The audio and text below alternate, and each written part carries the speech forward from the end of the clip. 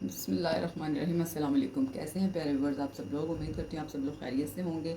तो आज हम आपको बनाना सिखा रहे हैं चिकन और दाल के शामी कबाब। चने की दाल चिकन के साथ शामी कबाब अपने स्टाइल में।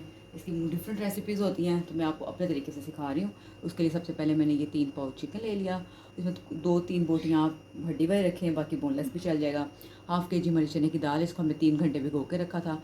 एक मीडियम साइज़ का टमाटर है, 2 table spoon ginger garlic paste, एक मीडियम साइज़ की प्याज और 2 टीस्पून सूर्ख मिर्च, 2 टीस्पून धनिया powder, 2 teaspoon chilli flakes, 2 teaspoon ही इसमें नमक जाएगा, 1 टीस्पून इसमें ज़ीरा जाएगा, हाफ़ टी स्पून इसमें हल्दी जाएगी। और ये हमारी सूर्ख मिर्च, अगर आपके पास गोल वाली है तो आप वो यूज़ कर लें, अगर गोल नहीं है तो हमने ये सुखाई हुई है इस तरह, इनको यूज़ करते। चलते हैं अपनी रेसिपी की तरफ।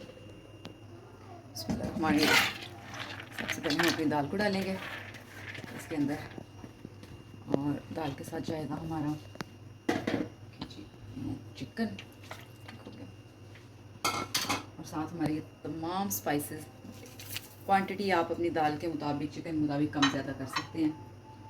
जिंजर गार्लिक पेस्ट हो जाएगा इसके अंदर, टमाटर, और इसके अंदर जाएगा टमाटर, जिंजर गार्लिक पेस्ट, प्याज। और अब हम इसके अंदर 2 ग्लास पानी डाल के, क्योंकि हम बगैर प्रेशर के बना रहे हैं, गला रहे हैं, तो इसको हम 2 घंटे के लिए, बॉयल आने के बाद 2 घंटे ये मीडियम फ्लेम पे पकेगा। और फिर मिलते हैं आपसे। बिस्मिल्लाहिर्रहमानिर्रहीम। ये देखें जी हमारा, अब हमने इसको, दाल को और चिकन को, ये देखिए चिकन को इस तरह हमने गला के गल गया था। हम इसको ना, इसके अंदर इसके रेशे करके ना, जो थोड़ी थोड़ी सी बोन्स थी वो अलग करके, तो हमने इसको बिल्कुल मीडियम, इसका मटीरियल रेडी कर लिया है। अब वो जनाब इसके अंदर ये इस पॉइंट पे आके जाएगा हरा धनिया कटा हुआ यूँ, और जाएंगी इसके अंदर हरी मिर्चें, ठीक हो गया। और साथ ही इस यहाँ पर इसके अंदर हमारा जाएगा गरम मसाला पाउडर। ये बिस्मिल्लाहिर्रहमानिर्रहीम।